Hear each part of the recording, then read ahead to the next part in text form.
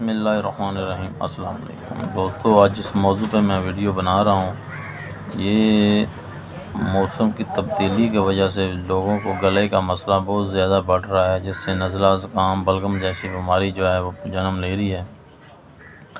میں آپ کو ایک سمپل سا گھریلو ٹوٹکا بتاتا ہوں۔ آپ نے چند چیزیں لے لینی ہیں، جس میں آپ نے سونف لے لینی ہے، موٹی الائچی لے لینی ہے، دار چینی لے لینی ہے، اس میں انار ڈال لینا ہے، اور لسوڑیاں یا پنساری سے مل جائیں گی۔ یہ تھوڑی تھوڑی چیزیں آپ نے ڈال لینی ہیں۔ 2 کپ پانی لے لینا ہے، اس میں آپ نے ڈال کے اس کو اچھی طرح ابال لینا ہے۔ جب 1 کپ رہ جائے تو اس کو آپ نے صبح شام استعمال کرنا ہے۔ تو آپ کے استعمال کرنے سے بلغم، ریشہ، نزلہ، زکام جیسی بیماری سے آپ کا مسئلہ جو ہے وہ حل ہو جائے گا۔ یہ چیزیں بنا کے استعمال کریں، گھر میں رکھیں، کیونکہ موسم کی تبدیلی کی وجہ سے یہ بے حد جو مسئلہ ہے وہ انشاءاللہ ٹھیک ہو جائے گا۔